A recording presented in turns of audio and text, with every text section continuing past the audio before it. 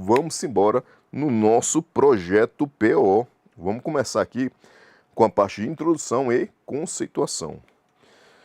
Meus amigos, vamos começar do início com a introdução, perfeito? Vamos começar com uma comparação entre uma programação estruturada e uma programação orientada a objetos. Então, simbora. Galera, a programação estruturada, ela foca no desenvolvimento de procedimentos, de funções para resolver um problema. São consideradas entidades separadas os dados e os procedimentos, as funções, as instruções que vão trabalhar com esses dados. Então, são formas, são entidades separadas. Elas não estão dentro ali de vamos dizer assim, de um componente, ok? Cada componente podendo ter os seus dados e os seus procedimentos. Isso aqui não acontece na programação estruturada, beleza? Qual é a forma de trabalhar com a programação estruturada? Primeiro, a gente vai trabalhar os algoritmos, ok? Os procedimentos são planejados e eles são desenvolvidos. Depois que você tem isso feito, todos esses itens, esses procedimentos desenvolvidos, planejados, o que você vai precisar, é aí que vai ter a parte da preocupação com o repositório de dados vindo desses procedimentos. Ou seja, depois é que você vai se preocupar na parte de estrutura de dados, que são os meios apropriados de armazenamento de dados, ok? Que são encontrados. Então, nesse ponto, galera, nós vamos focar nas estruturas de dados, ou seja, os meios de armazenamento de dados, depois que eu tiver planejado e desenvolvido os procedimentos. Então, primeiro você vai fazer a codificação, para depois você pensar em como guardar as informações, os dados. Perfeito? Por isso que nós falamos que são entidades aí separadas. Já na parte da programação orientada a objetos, é a maneira de pensar os problemas utilizando modelos organizados a partir de conceitos do mundo real. Eu vou dar um exemplo muito simples aqui, galera, para vocês entenderem essa parte de conceitos do mundo real. Podemos abstrair, ou seja, podemos entender, podemos modelar um sistema para um cursinho como o Gran Curso, onde, por exemplo, eu quero desenvolver um sistema que eu possa fazer ter várias funcionalidades, como, por exemplo, ministrar disciplinas, assistir aulas. Então, o que você faz? Você não vai pensar nessas funções de formas separadas. O que você vai pensar? Você pensa, poxa, no mundo do nosso Gran Curso, nós temos quem? Os professores. Os professores possuem ali um nome, pode ser que você precise informar a idade, mas não é necessário. Um órgão que ele trabalha, porque muitas vezes os professores são servidores públicos, ok? Ou a empresa que ele trabalha, também às vezes é importante para saber o currículo do professor. Quais são as disciplinas que ele leciona e por aí vai. Então, esses são os dados do professor. Além disso, nós temos operações. O professor prepara a aula. Preparar a aula é uma operação. O professor leciona, aliás, revisa a aula. Revisar a aula. O professor leciona a aula, Então nós temos a operação lecionar aula. O professor tira dúvidas dos alunos. Então nós temos a operação tirar dúvidas dos alunos. Vejam que tudo que eu falei para você dessas operações, essas operações existem no microcosmo, que no caso são os professores. É a informação do professor. No caso, o conceito do mundo real. Nós vamos pegar, abstrair, nós vamos entender o que o professor faz dentro desse contexto geral do cursinho do Gran Curso, para que a gente possa entender como é que um componente chamado professor, como é que ele interage com o nosso sistema. Depois disso, vamos para os alunos. Os alunos têm nome, tem o concurso que ele está almejando, né? tem o perfil dele, né? A formação dele. Isso aí são os dados do aluno. O aluno, o que ele faz? Estuda as aulas. Então nós temos a operação estudar aulas. Nós temos também o seguinte, o aluno faz simulados. Então fazer simulado é mais uma operação. O que mais, galera? Enviar dúvidas ao professor. É uma outra ação, né? Avaliar as aulas é uma outra operação. Muitas vezes os alunos são duros com a gente, mas a gente tem que entender que se está na chuva é para se molhar. Então, a avaliação às vezes são bem pesadas, galera. Já digo aqui de antemão. Veja, pessoal, que nós temos ali, eu falei de uma entidade, que é o professor, com seus dados e suas operações, em uma unidade de informação, como se fosse um gerador de componentes, que no caso são os objetos. Ou seja, eu tenho ali a descrição de como é que é um professor. Também tenho do outro lado a descrição de como é um aluno, com seus dados e suas operações, que eu acabei de citar para vocês, que uma dessas operações é avaliar as aulas. Então, esses caras, essas descrições, vão gerar os objetos. Aí você vai falar assim, pô, professor, mas essas descrições não são os próprios objetos? Não são, não são. Eles são definições para a criação de objetos. E aí você pode falar assim, pô, professor, mas pode ser mais claro? Posso sim. Por exemplo, eu criei, como se fosse uma planta de uma casa, a criação, né, das definições do professor. Essa definição vai gerar vários objetos. Por exemplo, professor Rogério. Aí o professor Rogério tem o seu nome, Rogério, tem a disciplina que ele leciona, desenvolvimento de sistemas, tem um órgão que ele trabalha, que no caso ali no Poder Executivo Federal, ele faz todas aquelas operações de lecionar, de revisar, de fazer materiais. Temos outro objeto, pessoal, um outro tipo de objeto, que no caso é, por exemplo, o professor Joses. Temos um outro objeto a partir dessa descrição. Temos um outro tipo de objeto, professor Washington. Temos outro objeto, pessoal, professor Vitor. Vejo que dessa descrição, dessa definição de professor, geramos vários objetos. E esses objetos aqui, Rogério, Joses, Washington, Vitor, eles vão interagir com as disciplinas, com os alunos. E no outro lado nós temos os alunos.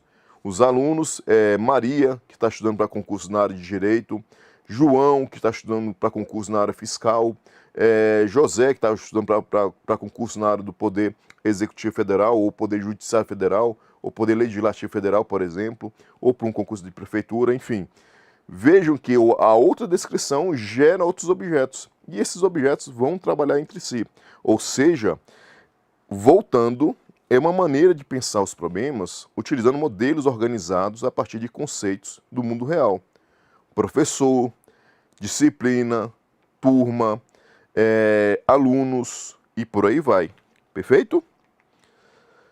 É definida como um modelo de análise, projeto e programação de sistemas, baseados na composição e interação entre diversas unidades de software, ou seja, os nossos objetos que eu acabei de explicar para vocês.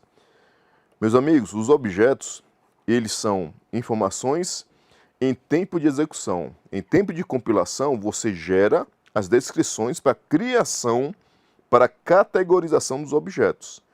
Perfeito? E um ponto importante é que você fazendo uma boa análise OO com a UML, por exemplo, utilizando projeto, também orientado a objetos, e depois disso, com toda essa informação, você já desemboca aqui para começar a programar sistemas orientados a objetos, que no caso esses sistemas são baseados na composição de interação entre diversos objetos que trabalham entre si. Esses objetos são unidades de software. Então, galera, o objeto, que é o cara principal desse mundo de análise, projeto e programação, perfeito? E nosso foco é em cima desse cara aqui, o último P, programação orientada a objeto. O objeto em si, ele é o componente fundamental da PO, ou da orientação a objeto como um todo, ok? Não só da PO, mas também da análise e do projeto. Combina em uma única entidade estrutura de dados, ok? E comportamento, perfeito? Galera, como eu falei para vocês, na descrição, definição da nossa classe, nós temos o nome do professor. Aqui, tá aqui, ó, nesse universo. A idade, o órgão que ele trabalha. No comportamento, nós temos o seguinte, fazer aula, revisar, lecionar aula, tirar dúvidas dos alunos. Tudo isso, que são verbos que eu estou falando, né? Fazer, revisar, né? Lecionar, tirar dúvidas, tudo isso é a parte de comportamento. Ou seja, você tem em uma única unidade de software tanto dados quanto operações. Os dados, eles representam o estado do nosso objeto e as operações representam o comportamento. Pessoal, ele é considerado uma entidade única e indivisível, porque você tem uma unidade de software. Por exemplo, um aluno chamado Maria. E nós temos ali um professor chamado Rogério. Eles vão trabalhar entre si, onde o Rogério vai lecionar para Maria dentro de uma turma. Aí a gente pode falar o seguinte, turma de curso de TI, perfeito? Então a aluna Maria está participando dessa turma e o professor Rogério, ele é o professor dessa turma. Então vejam que os objetos, eles interagem entre si. E cada objeto, pessoal, vai ter a sua estrutura de dados e as suas operações. Então, o objeto é uma unidade única e indivisível. A forma de trabalhar, galera, com essa parte de programação orientada a objetos é o seguinte. Primeiro você vai focar os dados, ok? Os dados no contexto que são examinados. Então, são os dados de quem? Das nossas classes que vão categorizar os nossos objetos. O professor tem um nome, tem idade, tem um órgão onde ele trabalha, ou a empresa onde ele trabalha. Os alunos, eles têm um nome, têm idade, tem a formação dele, tem uns concursos que ele almeja, os concursos que ele tem o objetivo de passar, em qual área desses concursos. Depois disso, você vai trabalhar a parte de métodos, que no caso são as operações, ok? As operações que vão trabalhar com os dados vão ser desenvolvidos nessa parte. Só que vejam, pessoal, que essas informações aqui, dados e métodos que representam operações, esses caras é como se fosse uma unidade de software, chamada de objeto. Perfeito? Não são entidades separadas, como acontece, né? Como acontece lá na programação estruturada. Galera, na programação estruturada e APO, vamos fazer o seguinte, olha só, eu vou dividir aqui a tela para vocês. Nesse lado, temos a programação estruturada, onde nós vamos pensar primeiro nos procedimentos que vão existir dentro do nosso sistema desenvolvido de forma estruturada. Galera, aqui vejam que nós temos ali, nós vamos criar vários procedimentos, várias funções, né?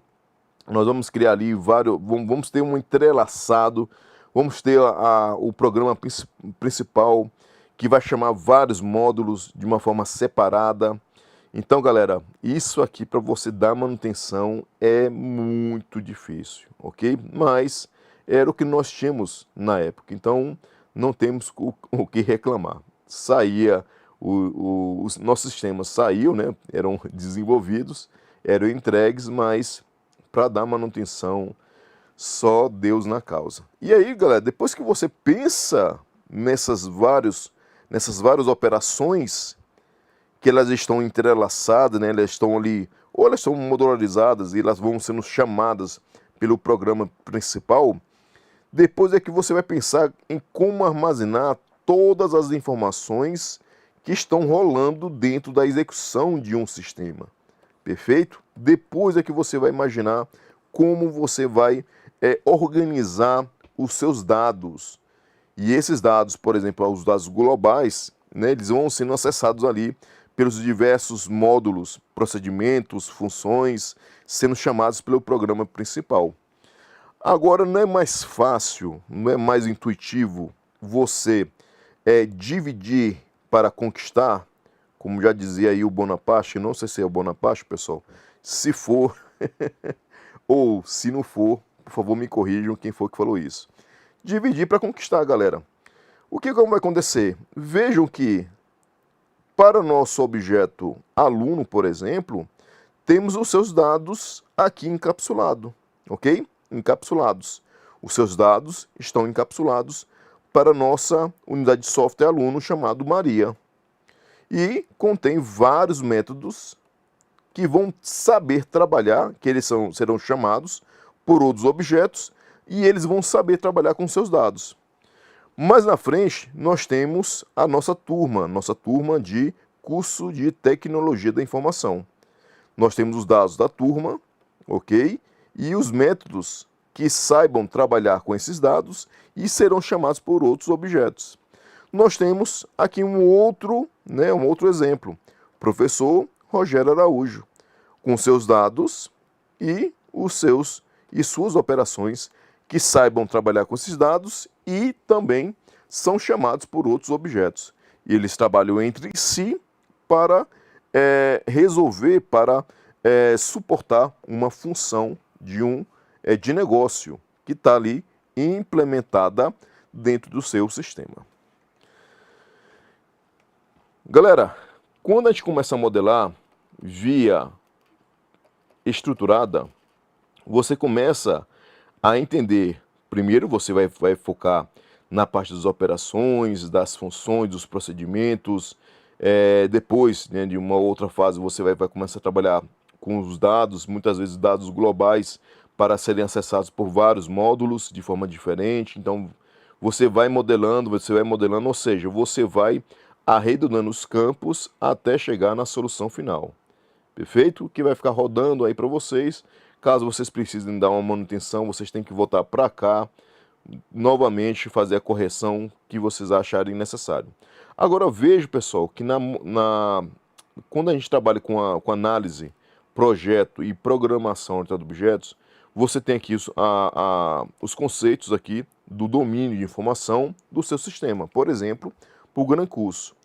E aí você começa a dividir, ok? A modelar o que existe, ok? Dentro desse mundo, desse universo, para um cursinho de concurso. E você começa a dividir, ok? Em unidades de software. E dessa forma, aliás, e voltando, cada unidade vai ter seus dados e suas operações, ok? Dados e suas operações, dados, operações, dados, operações e assim sucessivamente. E o que vai acontecer, galera? Você vai juntar tudo, vai desenvolver cada uma dessas partes e você vai ter, então, o seu sistema finalizado.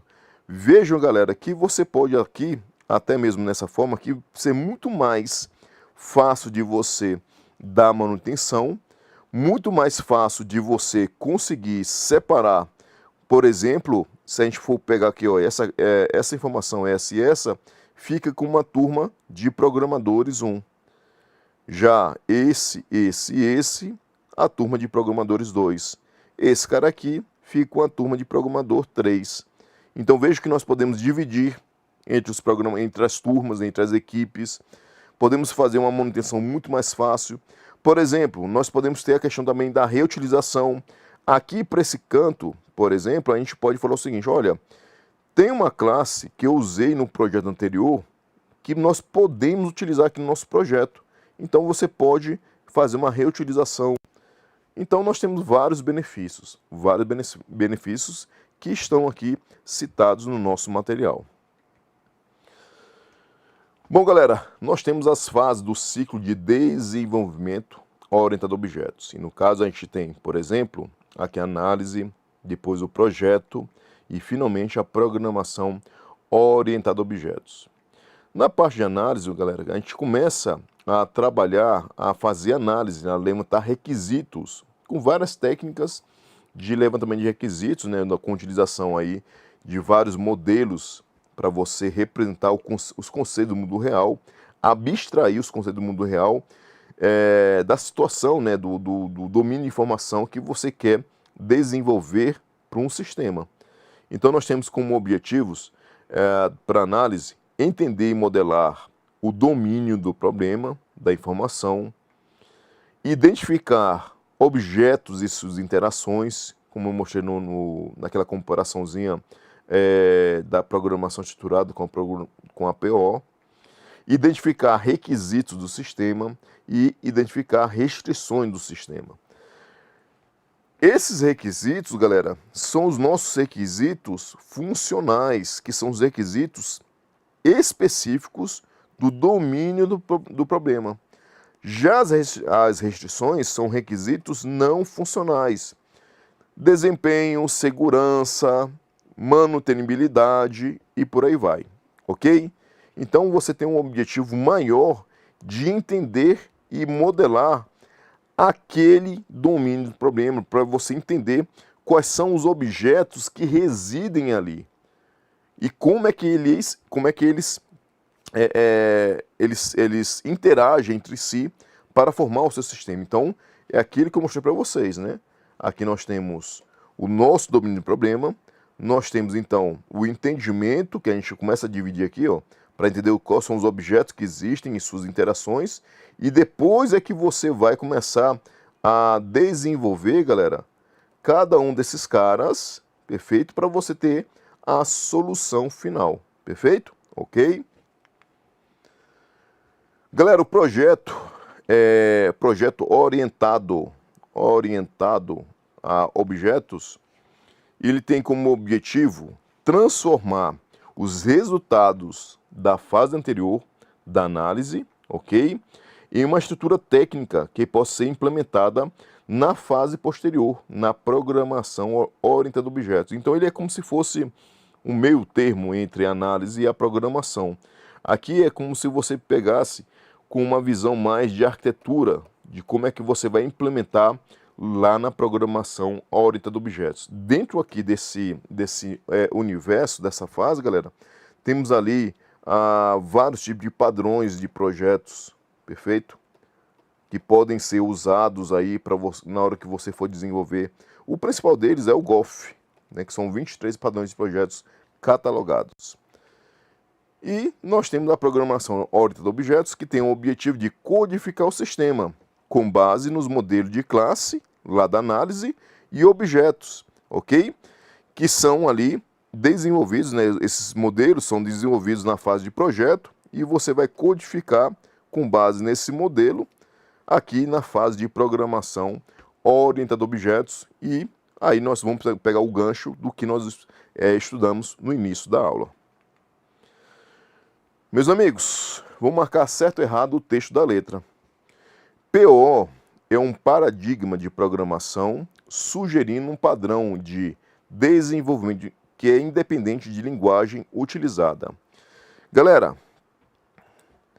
quando você estudou PO, ok? Que é um paradigma de programação, ele sugere uma forma de pensar em como pegar o domínio de um problema, modelar, analisar, projetar e depois desenvolver até chegar, aliás, não é interrogação, é exclamação, até chegar na solução final.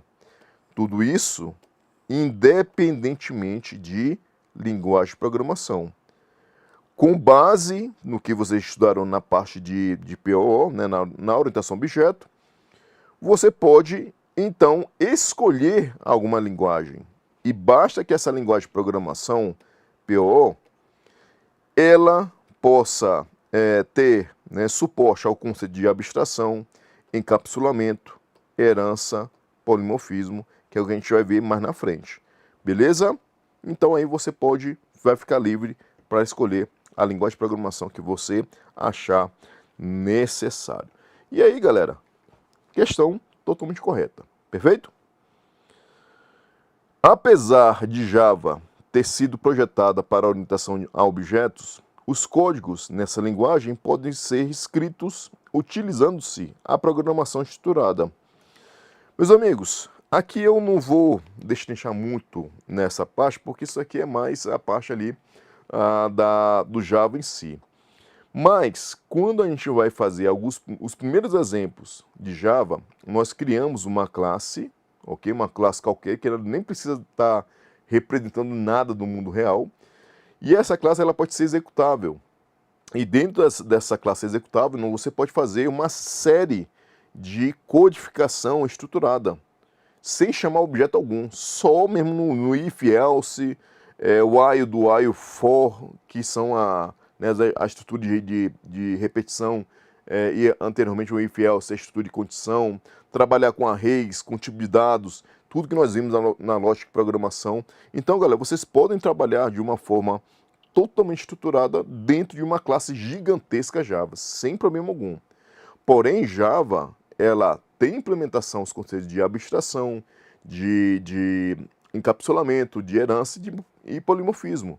Então, como ela tem suporte a essas informações, ela é uma linguagem orientada a objetos. Então, você pode utilizar todo o poder da programação orientada a objetos com Java, mas você pode fazer uma classe gigantesca e programar ela colocando ali trocentas mil linhas de uma forma estruturada, sem problema algum, beleza?